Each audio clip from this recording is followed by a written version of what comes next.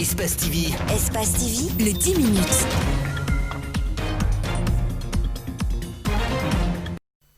Cette professionnalisation de la gestion des déchets s'inscrit dans une dynamique d'amélioration constante des conditions de vie des habitants de Conakry à travers un accès de qualité aux services urbains respectueux de l'environnement.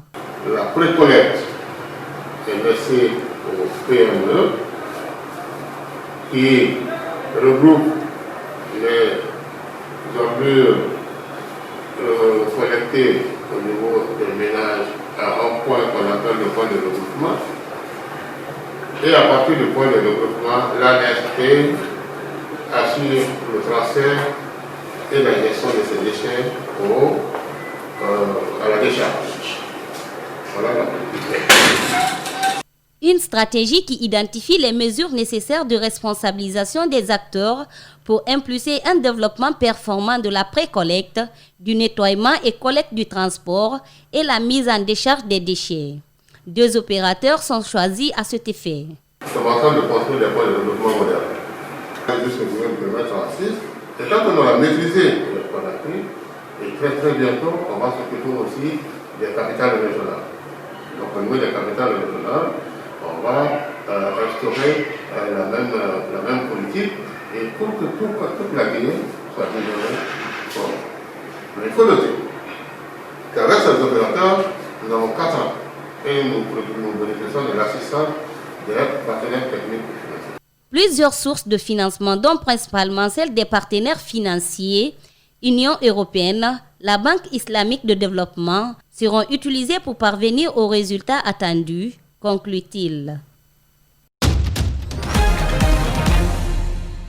Amadou Gon Coulibaly était jusqu'hier matin Premier ministre de la Côte d'Ivoire avant d'être arraché par la mort dans l'après-midi mercredi. Depuis l'annonce de son décès, la communauté ivoirienne vit dans la tristesse et la consternation. Nous venons de perdre un Ivoirien qui est d'abord notre Premier ministre et qui a été choisi par son parti politique pour qu'il soit candidat aux élections d'octobre 2020.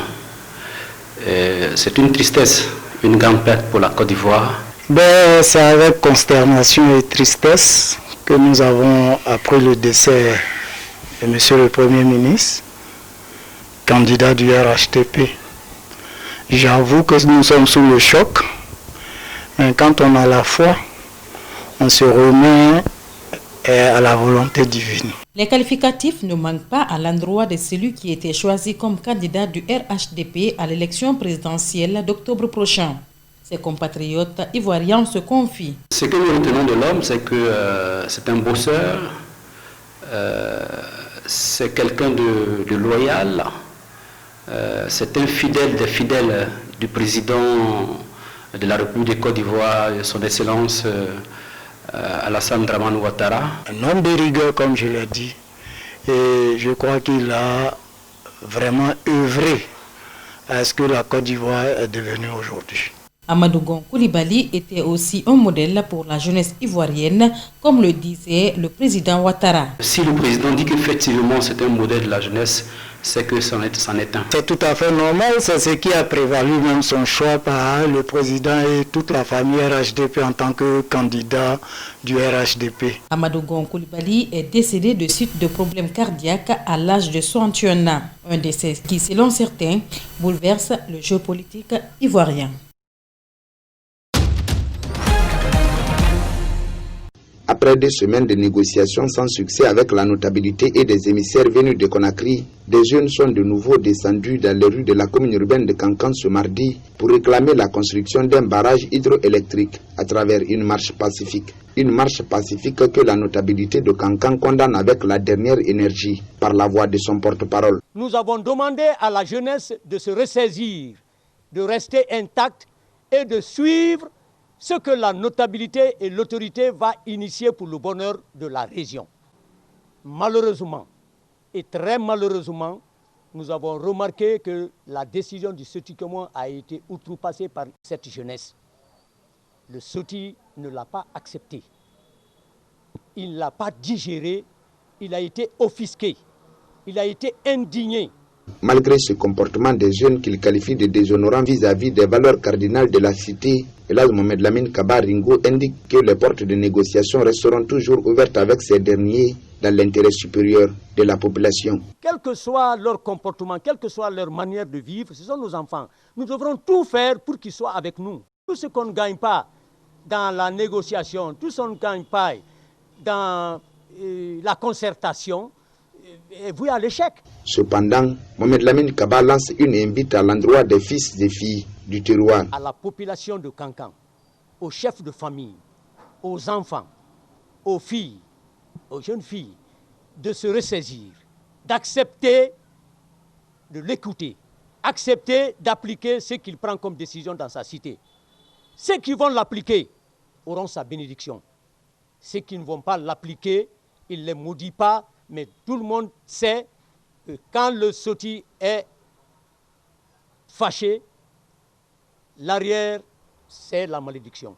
Malgré cette sortie de la notabilité, les jeunes protestateurs ne comptent pas lâcher prise. Ils projettent de nouvelles manifestations de rue dans les semaines à venir, ce jusqu'à satisfaction de leurs réclamations.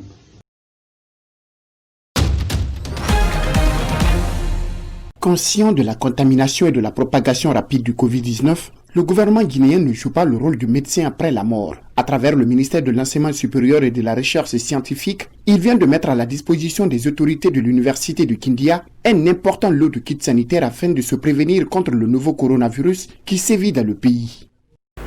Je voudrais rappeler avec précision que nous avons reçu 50 000 bavettes accompagnées de 70 kits de lavage des mains et de 70 thermoflash.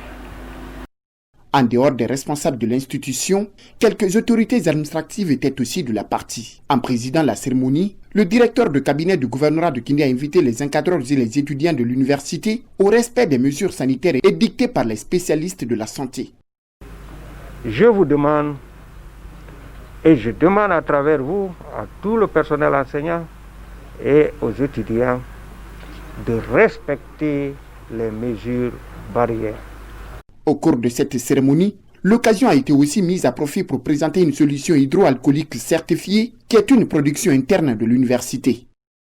Nous avons une faculté des sciences qui a aussi contribué en nous proposant une solution hydroalcoolique.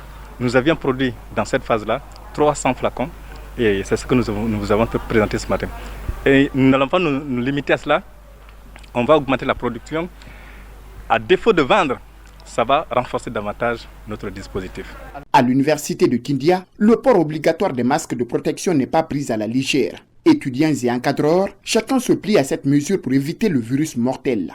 Depuis qu'on a repris les cours, nous voyons bien que les professeurs, nos encadreurs nous obligent à porter. Dans cette institution d'enseignement supérieur, les cours ont repris depuis le 29 juin dernier. Et pour ce qui est de cette première phase qui concerne les étudiants en fin de cycle, plus de 300 apprenants sont attendus. Il était une fois un petit village perché sur les collines de la Riviera italienne. Seborga, qui se dit indépendant du reste de l'Italie en raison d'une erreur administrative commise au XVIIIe siècle, a récemment élu sa princesse.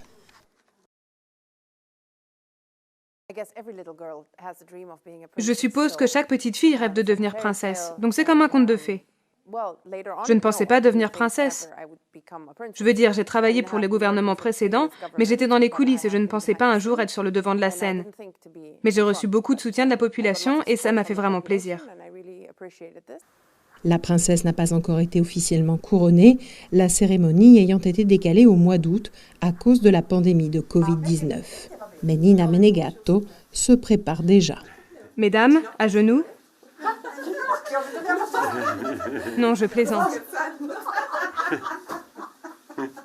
Seborga, qui compte 320 habitants, a sa propre police, sa propre monnaie, les Luigini qui valent chacun environ 5 €, son propre drapeau, ses plaques d'immatriculation décoratives et même ses passeports. Ceux-là sont faux, mais un autre prince, autoproclamé et d'origine française, celui-ci, promet d'en délivrer de vrais à la population. Nous avançons de façon progressive. Et ce qui n'empêchera pas, dans très peu de temps, de proposer la nationalité séborgienne aux habitants. Son Altesse Sérénissime Nicolas Ier, comme il aime se faire appeler, est mis en examen pour escroquerie en bande organisée et usage de faux en France. Des accusations qu'il réfute. L'Italie, elle, garde un œil sur cette bien étrange micronation dont princes et princesses se disputent le titre suprême. La police locale fait des visites hebdomadaires pour voir ce qui se passe à Séborga, et elle est au courant de tout. Donc s'il y a des trucs, disons, étranges qui s'y passent, le poste de police de Bordighera est prêt à intervenir. De son côté, la princesse Menegato espère attirer les touristes et les passionnés d'histoire. La légende veut que le Saint Graal ait été caché par les Templiers à Séborga.